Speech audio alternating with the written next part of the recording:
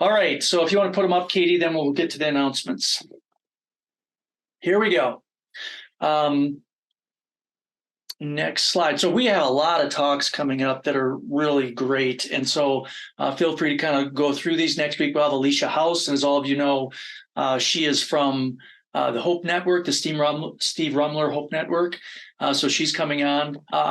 Some of the really ones that I'm really looking forward to as well, we have somebody coming on for buprenorphine for chronic pain down the road, which is a guy who spoke at the ASAM meeting. So should be some great talks. Charlie's talking again in a few weeks, which is always a lot of fun. So next slide.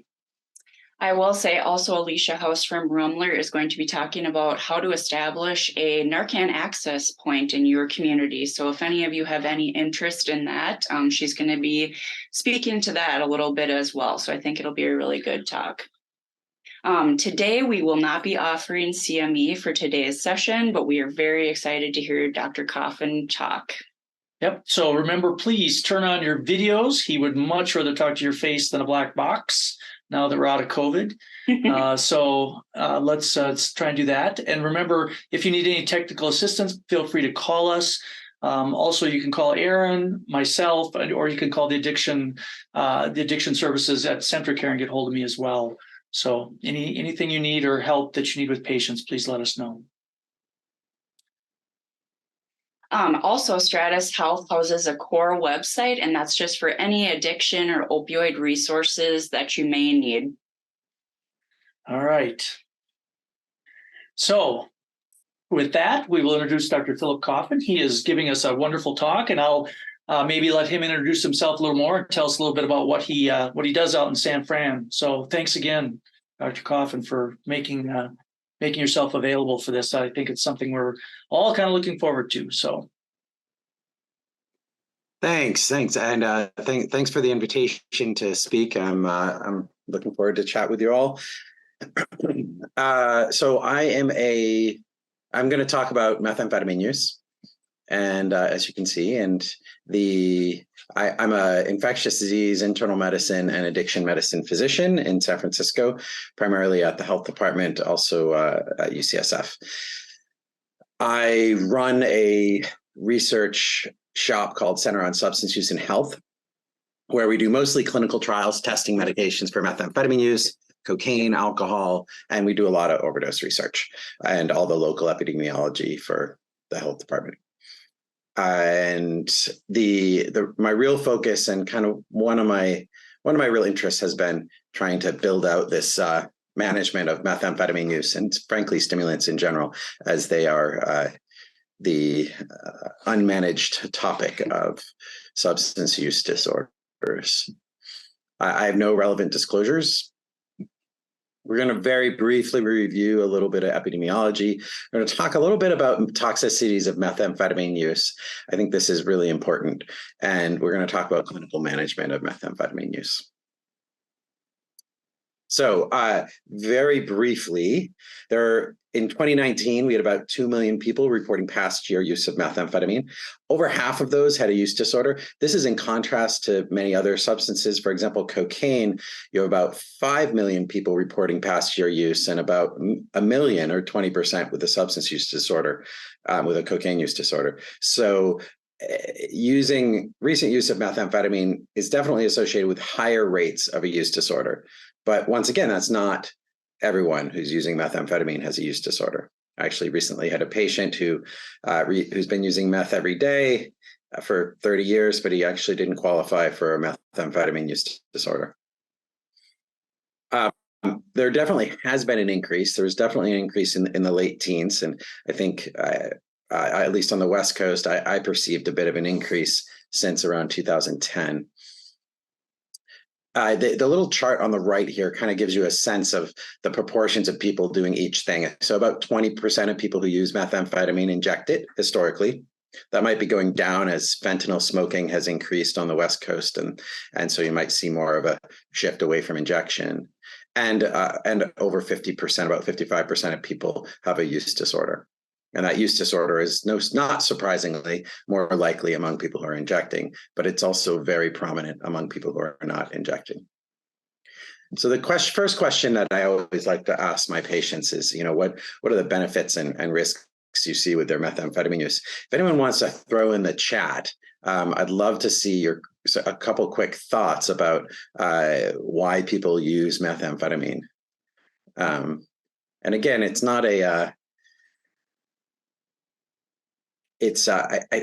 I do think it's super, super important to think about this and understand it, because oftentimes our patients are doing something that is dangerous, but they're doing it for a really good and logical reason. And if we don't understand that good and logical reason, we're going to have a hard time addressing the associated risks. So I'm going to read off these answers. Mood and energy, waking up in the morning, helping them stay awake on the streets. That's a huge one. Safety. Weight loss, absolutely. To feel happy, like their morning coffee. Yeah, I remember being in Bolivia, and the one place you can legally consume cocaine in the United States was the U.S. Embassy in La Paz, where they drank coca tea like morning coffee. Focusing on work, it's a big one in a lot of professions. Truck driving is the professions where you have to stay up at night, and sometimes it makes a lot of sense. It might, who knows, it might be their safest option in some circumstances. Coming down from opioids. Okay. I'm going to read off a couple more that I have listed in here. Sometimes it's just to escape a painful existence, to self-treat attention deficit disorder. And there's one that's come up in my own research, which was fascinating. A lot of people, I've been studying people who have lost access to prescribed opioids, and a number of them report that they use methamphetamine to manage their pain, which may sound initially counterintuitive, but there's actually a lot of data out there of amphetamines and cocaine as analgesics, particularly for neuropathic pain, and as vastly enhancing the analgesic benefits of opioids while decreasing the respiratory depression issue. And there are plenty of also qualitative data among, for example, people with HIV who wonderful story about a concert pianist who couldn't play due to his HIV neuropathy, and used methamphetamine so that when he used methamphetamine, he could play piano. Honestly, that sounds like a pretty good reason to use methamphetamine to me. So there are a lot of reasons, some that might be surprising to us, and so I think it's always worth asking that question. All right, on we go. So now I'm going to get into the toxicities a bit. So we've seen a big increase in emergency department visits, as well as mortality related to stimulants. The dashed line here is psychostimulants, which is the CDC's fancy word for methamphetamine. It's 99% methamphetamine. And you can see that started increasing after 2009, and it went up and up.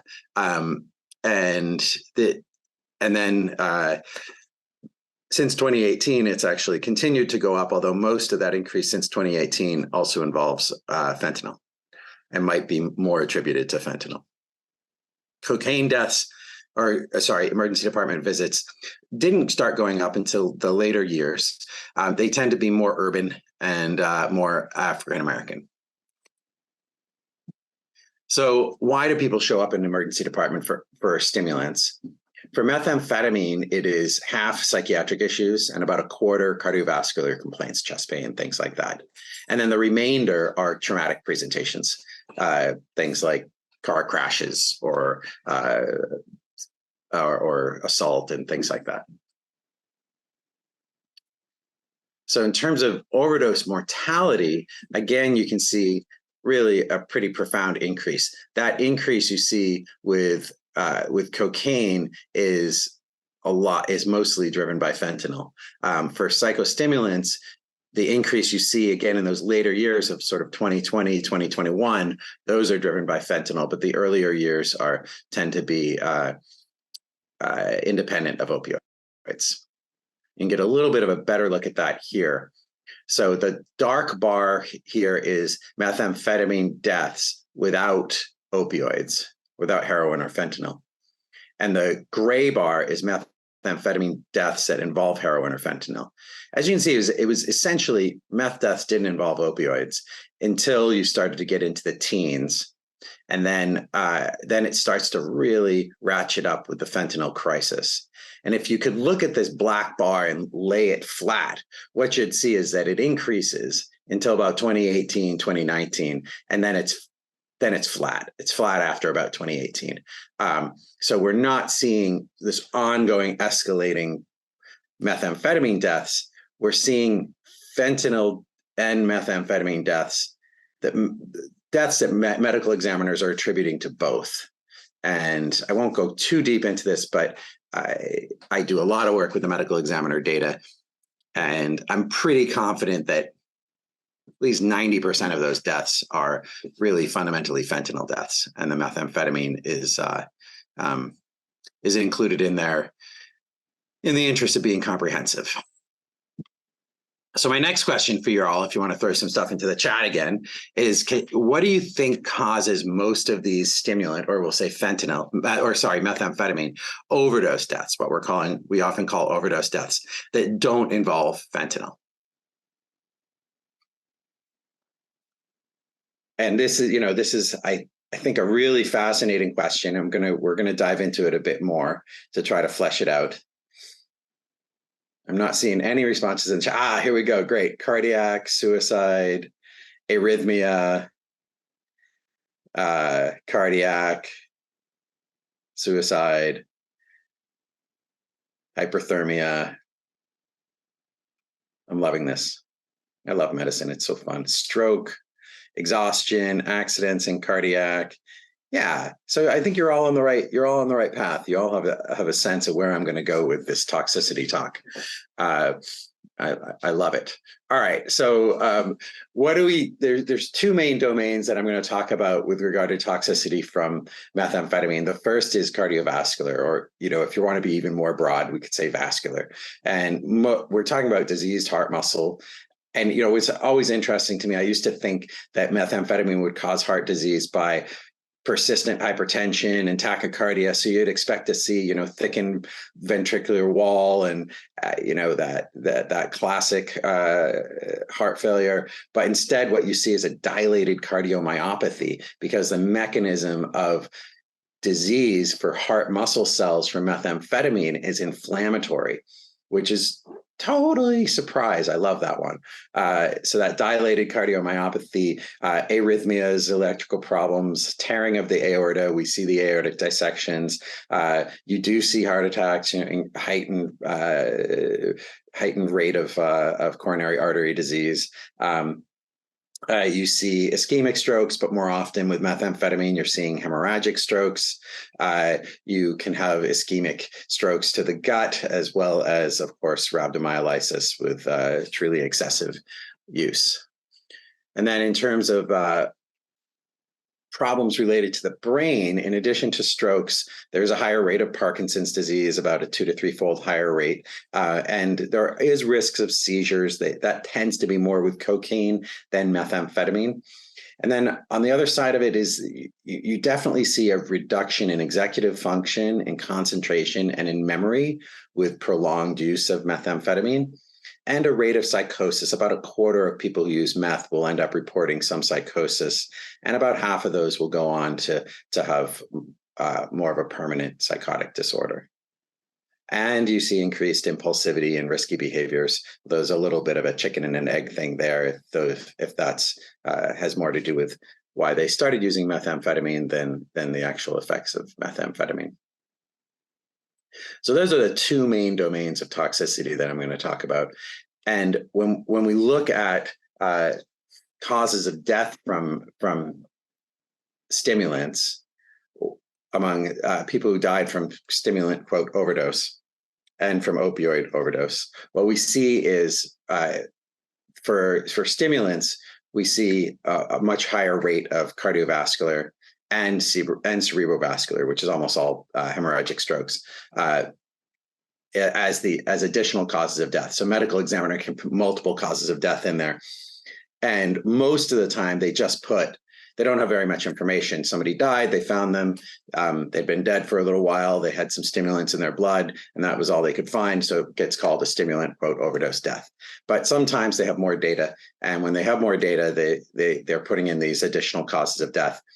And what we see is that for methamphetamine deaths, about 15% are also hemorrhagic strokes, and mostly hemorrhagic strokes. And then for cardiac causes of death, about 6% of meth overdose deaths are also attributed to a cardiac cause.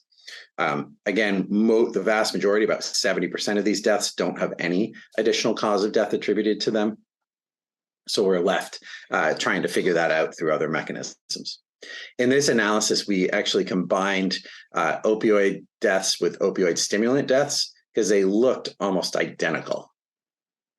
And again, that points to the argument that I'm going to make, that these fentanyl, methamphetamine, and fentanyl cocaine deaths are fundamentally almost all just fentanyl deaths. So in terms of mortality rates, this is a global study of mortality, of standardized mortality for people who use amphetamines around the world. And what they found was much higher rates of death from cardiovascular disease, accidental injury, homicide, suicide, and this category called drug poisonings. And what I'm going to argue is that the cardiovascular disease deaths are cardiovascular disease deaths. And some of these drug poisoning deaths are probably cardiovascular disease deaths, especially the ones that don't involve opioids. And then these other deaths, these accidental injury, homicide, and suicide deaths, I'm not attributing them all to psychiatric toxicity from amphetamines, but some of them may well be attributable to the psychiatric toxicities of amphetamines. And now for the model of toxicity here, and I'm going to take a minute to go through this, so don't be overwhelmed. I got 4 columns here. One is the category, and then you got conditions, emergency presentation, and cause of death.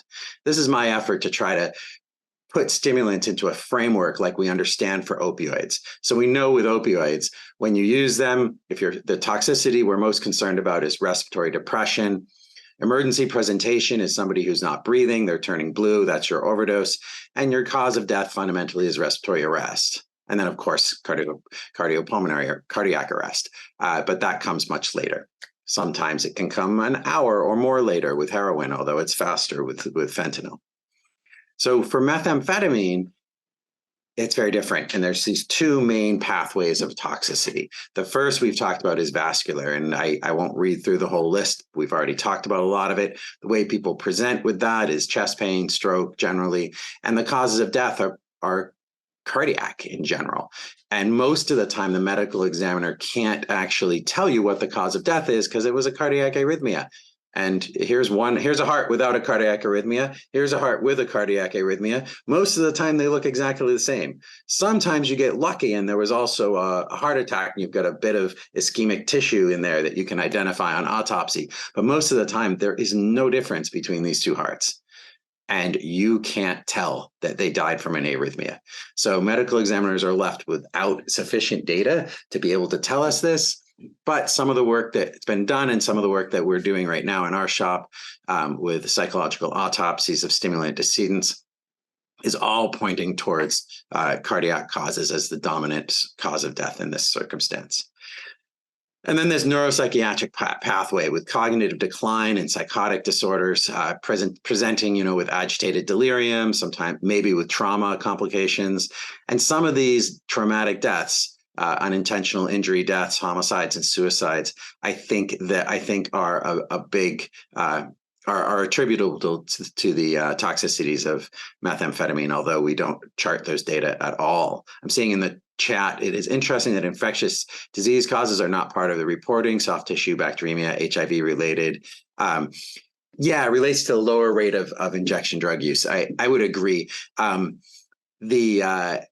Infection-related deaths are a much bigger issue with opioids. With stimulants, you're not seeing it as much because of that lower rate of injection drug use, although you definitely are seeing it. And I'm focusing less on that in part because I'm trying to focus in this conception, at least, I'm really trying to zero in on the toxicities of the drug per se, as opposed to the complications of the route of administration. Okay, the next big question here is, are these actually acute deaths?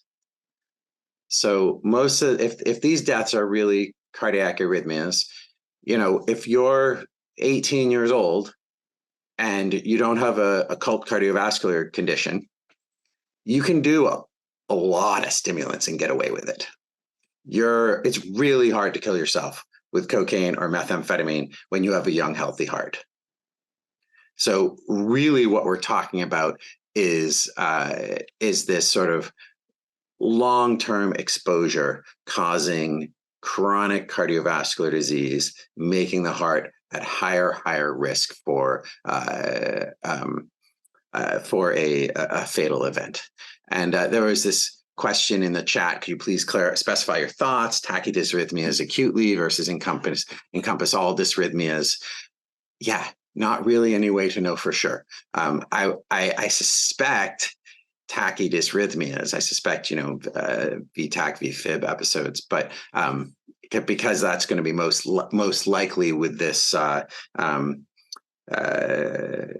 high rate of dilated cardiomyopathy that we see among methamphetamine decedents. But we don't really know for sure. So there are probably acute stimulant methamphetamine overdose deaths that are truly acute in nature, but they seem to be vanishingly rare. What we see is an older age of death and a lot of cardiovascular disease among the decedents. And whether or not they had used methamphetamine that day or the day before, their cardiac condition had a high likelihood of killing them soon anyway. So what this means is that what we're looking for, we're not looking for a Narcan, a naloxone for methamphetamine. That's not going to help very much. What we really need to think about is how do we prevent the development of these conditions that leads to such premature death. And when we actually have been doing these psychological autopsies of stimulant decedents, what we found, we initially started with stimulant and with people who had also died from fentanyl. And we told the families, hey, we're studying accidental death. And then when we talked to them, when we reached out to people who died just from stimulants and said we're studying accidental death, the families got livid at us because they didn't see this as an accidental death. They saw this as a medical death. They died from their heart condition, is what the families saw. And so it's really only the bean counters who are calling these acute overdose deaths. Everyone else out there, everyone actually experiencing it, is calling these medical deaths, not overdose deaths. So stimulants and fentanyl, are these really just fentanyl deaths? The biggest thing, there's been a lot of efforts. There are efforts underway around the country to come up with reversal agents that will reverse both methamphetamine and fentanyl at the same time. I don't know about you, but I've never seen somebody show up in the emergency department freaking out and not breathing and unconscious and non-responsive. That's really not possible. There is no up or down or toxidrome. So you can't, these two things, they cause the opposite effects. And we know that historically, at least, pre-fentanyl stimulant opioid decedents look just like opioid decedents and very different from stimulant decedents. And we know from a lot of lab data and both animal and human data, that stimulants actually reduce the toxicity, the respiratory depression toxicity of morphine, and they don't increase it. So, we do see a higher rate of overdose among people using opioids and stimulants, but it does not appear to be pharmacologic in nature. Instead, it's a behavioral phenomenon. So if you're using fentanyl and you're using methamphetamine, if it's your first time, the methamphetamine is going to protect you from a fentanyl overdose, most likely. However, if you continue using both together, your use patterns tend to get very disturbed and you can use more and more fentanyl. So ultimately, you end up with a higher risk of overdose due to the co-use of stimulants. But again, it's not pharmacologic. It's a result of behavioral use patterns. And again, this is just some data from San Francisco. Our age of overdose deaths involving methamphetamine is generally in the late 50s is where most of the people are dying. It's very rare when we get into the younger ages. In contrast, if you add in opioids, those deaths happen at a much younger age because it does not require any chronic disease. One of the issues that a lot of people have is how often is fentanyl exposure intentional versus unintentional in deaths? We don't know the answer to that yet. We know that sometimes people die from unintentional fentanyl exposure, but we don't know how often this happens. In our data, we expected 82% of deaths to have evidence of opioid use in their medical charts. And for the non-fentanyl opioids, that's exactly what we found, regardless of the presence of stimulants. When we looked at fentanyl deaths, and particularly fentanyl stimulant deaths, we found a much lower rate of opioid use in their medical charts. And interestingly, this population was actually older, not younger, than the non-fentanyl opioid population. So for us, it raised the concern that conceivably up to a quarter of our fentanyl deaths might involve unintentional fentanyl exposure among people who weren't intending to use opioids at all. So it is a real issue and something that we have to keep in mind, which means we have to think about opioid overdose prevention among people who have no intention of using opioids at all. All right, on to my final section, and this is where I'm going to talk about my proposal for a model to try to address methamphetamine use in clinical practice. And sorry, there's 4 parts to this. The first is a general approach. The second that I'll go into is going to be your prevention. The third is going to be use reduction. And then I'm going to dive into addressing toxicities. And I developed this model several months ago, and I've been deploying it on my patients. And I will say it has vastly increased their engagement in addressing methamphetamine use. So general approach. So obviously non-judgmental.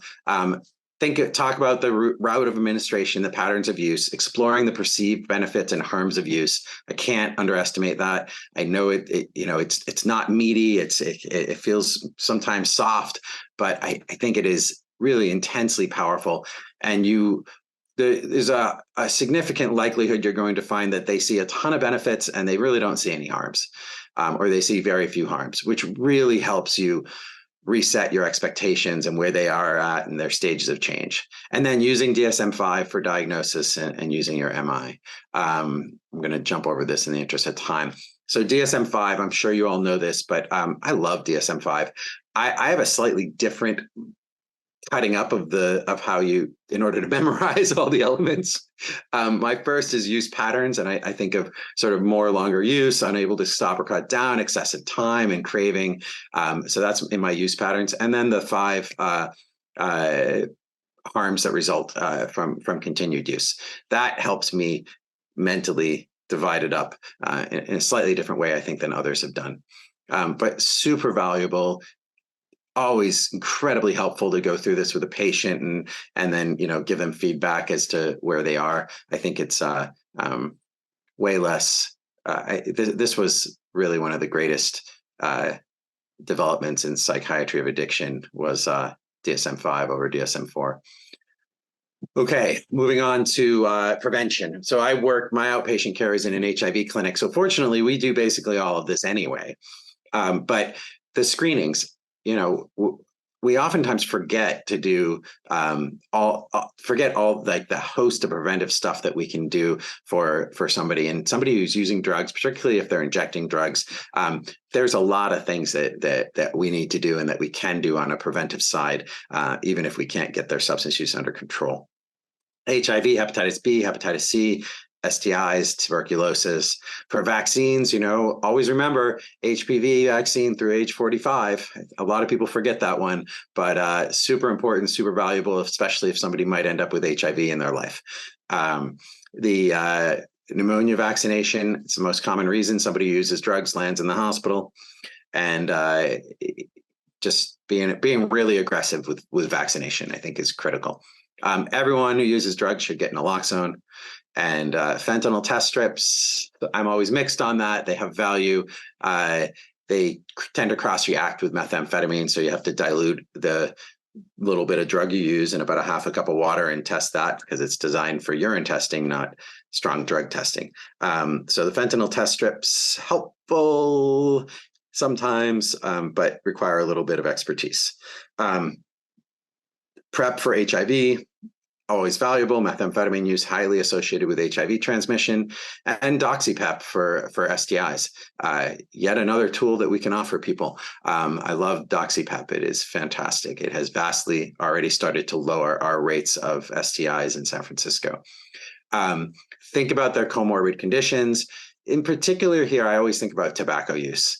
You know, a lot of people who use drugs, particularly stimulants, are smoking tobacco as well. And we have some tools for that. And we have some proven interventions for that. And so even if we can't get their meth use under control, if we can get their tobacco use under control, we're pulling away one cardiovascular risk factor, which we know is what's most likely to kill them. And then thinking about all the other things that they need, their insurance, their housing, their sources of food.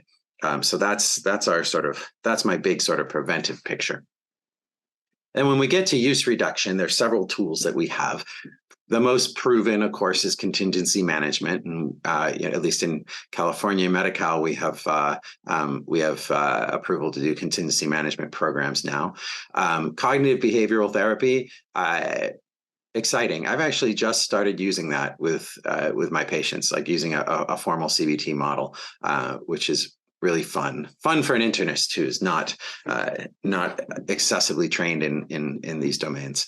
And then there are some other things out there. There's a little bit of data for transcranial magnetic stimulation. I don't know how to access that clinically, but there's some data out there for it. In terms of medications, the medications that I tend to rely upon are mirtazapine, bupropion, and naltrexone.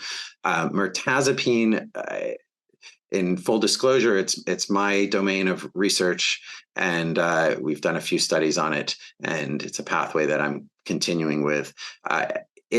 Then one of the nice things about it is that there are almost no reasons not to use mirtazapine. It's not particularly serotonergic, so even if they're on other agents, they can usually tolerate the addition of mirtazapine without too much trouble. It doesn't have much QT effect, so you're not so concerned about that QTC interval, and it can help people sleep.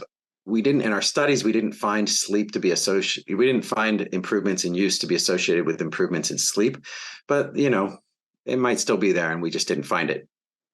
And it's one pill once a day. Adherence tends to be sort of in the 40-50% range, so not stellar. But when you have somebody who's all the interventions we have, basically, if you have someone who's not engaged and isn't going to engage in the intervention, your best bet there is contingency management, because it helps a bit. But if you have somebody who really does want to cut back their use, the medications can be helpful. Bupropion is very activating. I kind of think of it as a sort of a soft agonist therapy. It can replace some of that need for methamphetamine. Like in the morning, you take it in the morning, it helps you wake up, helps you get through your day. So you can kind of replace some of your morning meth use with that. And then naltrexone, the data on naltrexone are really, well, first off, the data on bupropion are mixed. Basically, if you take it, it helps. If you don't, it doesn't. Problem is most people don't take it. The data on naltrexone are mixed. There's some data that oral naltrexone helps, particularly for probably intermittent use. And the injectable naltrexone studies didn't show any benefit, except you got the big study of bupropion plus naltrexone that showed a benefit. There's a couple caveats on that study. That was the New England Journal study a year ago. First off, that was high-dose bupropion at 450 milligrams. So you got to check an EKG before that. And then we paid people $5 a day to take their bupropion under video directly observed treatment. So we went from the usual 15% adherence in bupropion studies to a 70% adherence. So we got people to actually take it. And then the naltrexone was every 3 weeks. I'm injectable. I'm not sure the naltrexone played a role in the use reduction. I'm pretty convinced that good adherence to 450 milligrams of bupropion probably would have gotten us a similar use reduction. So, so I'm always a little bit mixed about that study. The one reason to think about using those data and using that study is that having naltrexone on board might help you avoid that unintentional fentanyl exposure death. So conceivably, that combination therapy it gets you good evidence, and for a population that had very severe meth use disorder. And you might actually, even if that injectable naltrexone isn't helping much with use, it might be preventing death. So those are kind of the core options we usually see. Sustained release methylphenidate, again, mixed data. Some data suggest it helps, some data more questionable. We don't have really solid data on it yet. I tend to see it most often in people who have comorbid attention deficit disorder. There have always been questions about, is it legal to use controlled substances to treat substance use disorders? It is not legal to do so for drugs that are called narcotics, which is opioids and cocaine. Amphetamines are not narcotics, according to the legal definition of narcotics, which was from 1914. It's opioids and cocaine. So it doesn't fall under the same legal rubric as treatment for opioid use disorder or cocaine use disorder. And let me see the questions here. CDC recommends pneumocystis for alcohol use disorder, but not stimulant use disorder. Yeah, exactly. It's really behind. Some of these vaccine recs need to be updated. And tobacco use. So yeah, bupropion is where you go if you're trying to deal with comorbid tobacco use disorder, of course. All right, I will skip over contingency management. I think you all probably know about this. I do want to spend a few minutes talking about toxicities. So this is where, when I've talked to patients where their eyes have lit up and they've kind of changed in terms of how they engage with management of methamphetamine use, because most patients who are using meth feel like they have a really good reason to be using meth. But when I talk to them about that, when I say that, the two main toxicities that I'm concerned about with long-term methamphetamine use are cardiac and neuropsychiatric. On a cardiac basis, blah, blah, blah. On a neuropsych basis, da, da, da. And then I say, so we don't have anything proven to prevent these toxicities. However, there are some things that might help. And in terms of cardiovascular, so obviously smoking cessation helps. I put improved sleep over in neuropsychiatric, but I think we know from medical residency data that not sleeping all night is bad for your cardiovascular health as well. So improved sleep probably helps that. There are data for statins, and the data for statins, there's a few places there. One is there's animal data that statins prevent the cardiomyopathy of methamphetamine in mice models. There are also data in that at least atorvastatin prevents brain's nerve cell death in animal models. So there is and then there are the data among humans. There's a couple studies, the big one being the Reprieve study for people living with HIV that showed a substantial reduction, about a 36% reduction in cardiovascular events and a 22% reduction in all-cause mortality among people assigned to statins versus placebo for people with HIV who had no indication for statins. One thing that I wonder with those data, and I would love to look into, is if you could look in detail at histories of stimulant use, if you are seeing more effect among people who use stimulants, which is a very common issue for people living with HIV. So all of those data to me bring me to the point of, at this point, I offer my patients statins if they use methamphetamine. And that is, it's definitely novel. It's, you're not going to find this in any guidelines, but there's not a lot of guidelines for methamphetamine use management. And this is something that most likely has a meaningful benefit in both of the main toxicity domains that we're thinking about. Aspirin, I don't know when to start an aspirin for methamphetamine use. It's not my first go-to, but something to think about. There are data, again, the SGLT2 inhibitors prevent the cardiomyopathy of methamphetamine use. Again, animal data, so not stellar. And on the neuropsychiatric side, I tend to focus on improved sleep, and maybe statins have a role. The one other agent that we've thought about for prevention in neuropsych is N-acetylcysteine, which should have a neuroprotective effect in the presence of methamphetamine. The studies of N-acetylcysteine for meth use reduction have not shown a benefit. So, and that is usually a compound that you have to go buy at a vitamin store. So if people are really into it and they have the resources, I do talk about N-acetylcysteine, but it's a very hand-wavy intervention at this point. For treating, so the big thing on treatment is that beta blockers are really valuable, and we should not be freaking out about this unopposed alpha stimulation hypothesis that has been repeatedly disproven. It was set for cocaine in the 70s, got just randomly expanded to amphetamines as their stimulants too, and it was disproven several times, and it still remains, and people are afraid to use beta blockers. If you're really concerned about beta blockers, acutely use labetalol, chronically use Coreg. Those should help with that myth that lies in the back of our heads of unopposed alpha stimulation.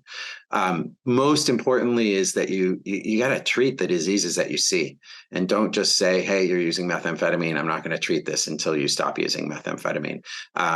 It's goal-directed medical therapy. It's you manage it essentially the same as you do without methamphetamine. Sometimes you have to have a higher threshold for an AED activation. That's one thing that differs for people who have meth-associated cardiomyopathy, but otherwise you're managing this just like you do, and really focus on not holding back interventions that you would offer to somebody who had the disease from other etiologies. For managing neuropsych issues, one of the novel approaches we've taken, so chronically we use atypical antipsychotics. Beta blockers for chronic or acute treatment, both actually. One of the best treatments for acute meth toxicity is beta blockers, both labetalol and Coreg. Labetalol would be my first go-to, along with benzodiazepines. So chronically for neuropsych issues, for psychosis, the atypical antipsychotics, which one you pick is kind of up to you. Generally aripiprazole, risperidone, and olanzapine are the three we consider. Aripiprazole, I think, historically has been used more often. Cool thing that we do acutely is when people come into the psych emergency services at San Francisco General, if they have a meth-associated psychosis, and they don't have longstanding psychosis, and so they have no indication for long-term antipsychotics, we give them something called a chill pack, which is 5 pills of 5 milligrams of sublingual olanzapine that they can take when they feel like things are getting a little out of control. And we have just started, our first quick evaluation suggests data pending release on this one, but our first quick evaluation suggests that when people get the chill pack, they come back to psych emergency services less in the ensuing months. I don't know if that's because they're actually taking it in order to come down from a meth psychosis or something else is happening. So I don't know the ultimate result of that. But it's a novel concept. It's kind of aligned with giving someone naloxone for opioid overdose risk. This would be a little bit of olanzapine for a psychosis risk. Now, we picked olanzapine because there's very few drug-drug interactions, and very little effects on the other things would be concerned about. And if people are, I don't know how they're using it. The worst case scenario is they're using it to come down from meth, and maybe they are, and that's better than them buying something on the street and getting fentanyl or whatever. So it doesn't have the street value that Seroquel has, and it's not as sedating. So it's never really had a street value, which is part of the reason we picked it. All right, I'm just going to jump to conclusions and happy to take questions. So first off, people use meth for a bunch of reasons, as you have all well pointed out, including survival. Toxicity is mostly the heart and the brain, mostly cumulative, I think pretty rarely actually acute.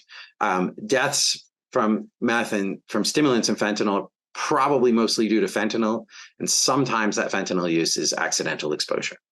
When you're managing meth use, non-judgmental, MI, DSM-5, do all your preventative health. If you can get access to contingency management, use it, along with medications like bup, mirtazapine, naltrexone, and conceivably sustained release methylphenidate. Emphasize preventing and management of cardiovascular and neuropsych toxicities. Talk about this with your patients. It changes the dialogue because suddenly you're saying, hey, here's some things that can help you if you but if you're going to keep using, and I know there's a good chance you're going to keep using, I do want to try to minimize these potential long-term effects of your meth use. And here's some ideas. Whether or not they help, I don't know for sure. I don't have the full studies, but they definitely help with your patient engagement. I will stop there and happy to take questions. Yeah, wonderful. That was a fantastic talk. I suspect we're going to have some questions. Dr. Bilden actually put it in the chat. Do you want to just go ahead and ask it, Elizabeth? I had put a couple of things in, and just to let you know, I'm the person who I have a question about hyperthermia. But first of all, thank you. My perspective is really just the acute setting in the emergency department, and then following patients through their hospital stay. So this is incredibly helpful. And again, so thank you. So when the question, I think maybe Kurt, is it the beta blocker one? I put Correct. a couple things in. So my practice, and I agree in terms of not being so concerned about the unopposed alpha, and then answering the question with beta blockers that have some alpha effect. But I think I wonder about if it's just for the rate control. Or, I think when we use beta blockers, or the settings that I've seen them used, is that it's more treating a number. And again, understanding somebody may be more risk for cardiac dysrhythmia, maybe there's ischemia, but oftentimes it's treating a number. And I think if we use that as kind of a second line to other things that treat the whole picture, that the tachycardia then can resolve. So again, I agree with not being so worried about unopposed alpha, but I do worry about the lack of treating the whole picture of methamphetamine toxicity. Meaning the agitated delirium alongside yeah. Yep, and just treating a number of heart rate of 170. Yeah, I would agree. You have someone with agitated delirium, you don't want to just give them labetalol. Yeah, that's I think, yeah, and I think the other thing too, in terms of the toxidrome, I think some of the most challenging patients to manage are actually those that do have an opioid and a stimulant, specifically here where we are methamphetamine on board, and you give them naloxone, and then what's unveiled is the methamphetamine toxicity. And that can be pretty challenging to manage, and with a number of patients ending up intubated. And how much naloxone are you giving?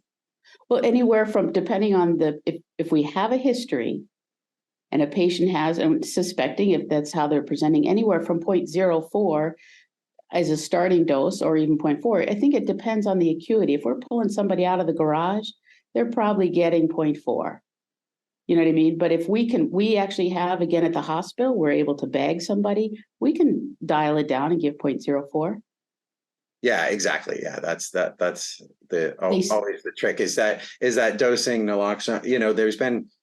I feel like there's been such a push in response to fentanyl to go with higher and higher doses of naloxone that we're forgetting the experience from the 80s and the 90s, which was that high dose naloxone is really problematic and brings out this agitated state.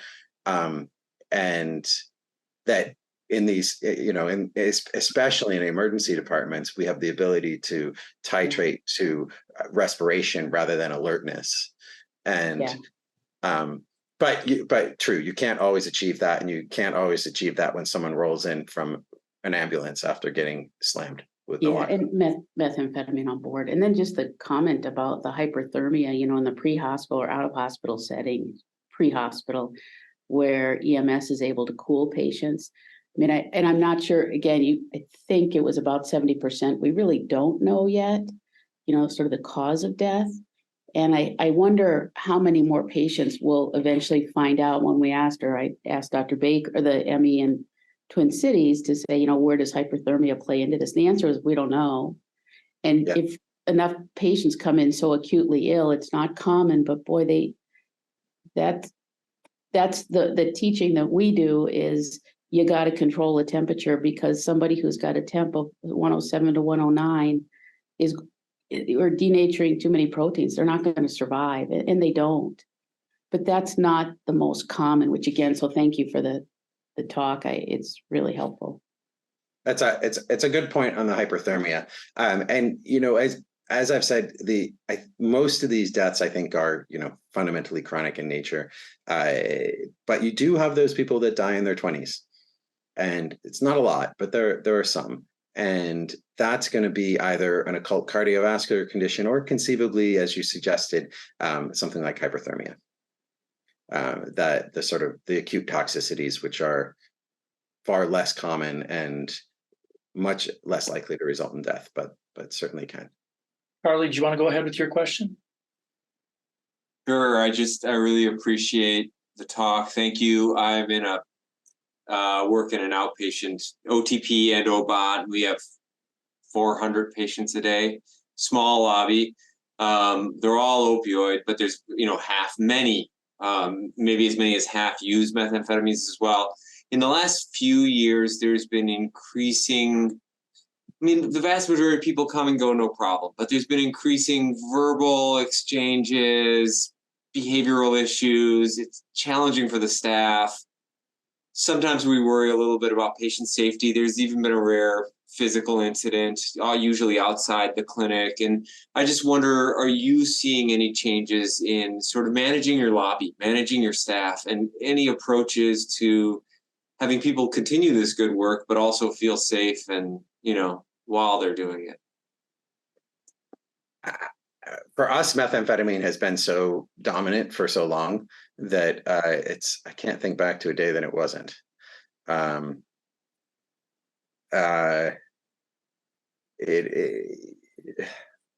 behavioral issues can be a real issue. I'm trying to think if I have anything here.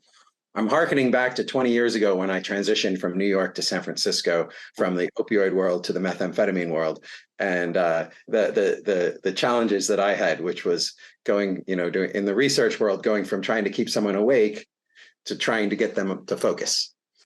And what's your process for discharging a patient, if at all? What would someone need to do in a lobby of your clinic to say you can't come back?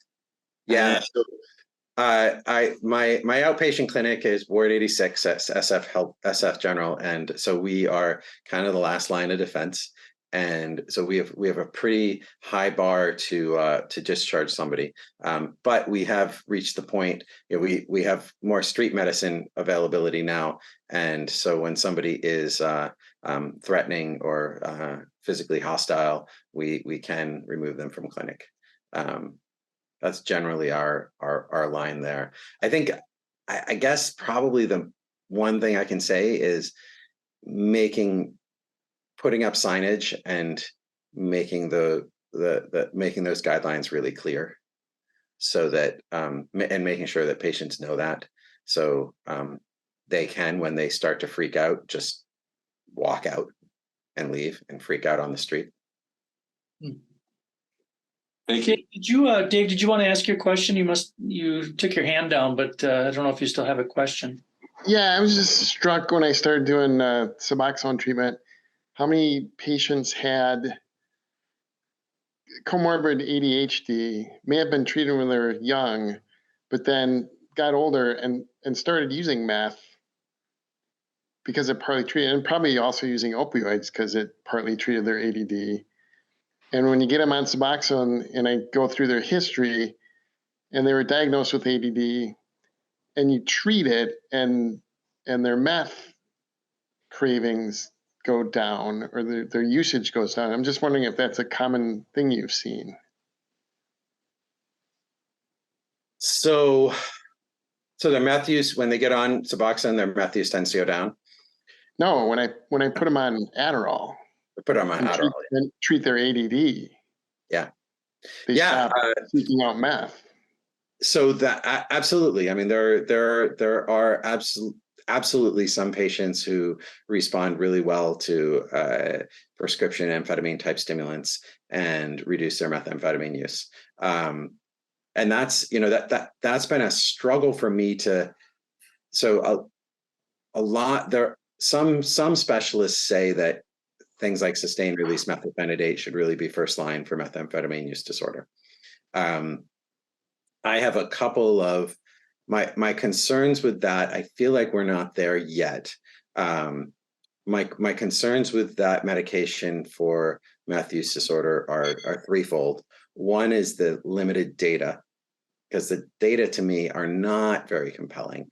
They're more around craving than actual objective documentation of use. But our objective documentation of use is a qualitative urine, which is not good enough, because if any of what I've said is true, going from using twice a day to using once a day would be a big benefit, but we're not picking up on that with a qualitative urine. So we can't detect use reduction, we can only detect abstinence. And so maybe you're getting massive use reductions, but you're not achieving abstinence. And that's a huge benefit, and we're missing that completely. So our data, our models for the research aren't good enough yet.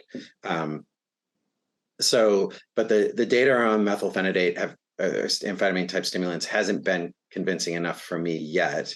But that's not to say it's not good, and it definitely does help some people.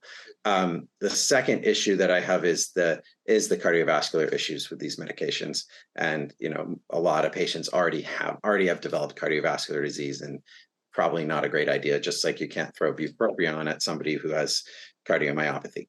And then the third issue, historically, you know, the third issue is that sort of confusing legal issue around controlled substances for substance use disorders. As I said, the thing you can't do is you can't prescribe these medications for opioids or cocaine, but you can for stimulants. In my reading of it, and although I am not a lawyer, this is not legal advice. There is the one potential hiccup there is if you're using it like as maintenance, if you're using it as a replacement therapy. I don't know if that gets into a different legal. Yeah, it's only people with ADD. I think all of them are on Suboxone as well. Yeah. And it's also kind of a risk reduction, because if they're using meth, they're getting fentanyl as well. I mean, they're protected with the buprenorphine, but not 100%. I mean, I think it makes a lot of sense if you have somebody who's got comorbid ADD and you're demonstrating a benefit. I don't see an issue with it. I see it as a valid and viable treatment option, and I don't see. And most of them are like late 20s, 30s, Yeah. So less concerned with the cardiac. And I mean, it's got to be better than meth from a cardiac standpoint. Yeah. Thanks. I think we have time for one more question. We'll let, I think Aaron had one, right? Yeah, I do. Thanks so much for the talk, Dr. Coffin. That was wonderful. I have spent quite a bit of time in correctional healthcare, and Wellbutrin poses some challenges as it's a divertible drug in that setting. What would be your number one choice of treatment for meth use disorder? Would it be Remron in the criminal justice setting? And in California, are you seeing that be treated? I don't know how actively it's being treated in California. Given the lack of diversion concerns, Remeron, mirtazapine would probably be my first go-to option, and the fact that maybe it'll help people with their sleep.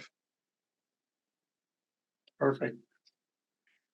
There was one more question there. So how long do you wait before we're starting ADHD meds if a patient is recently off meth? I know there's some guidelines.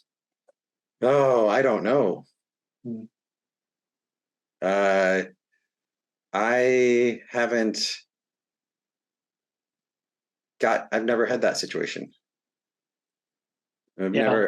I've never successfully had somebody off of meth and off of ADHD medications, and then been at the point of considering restarting.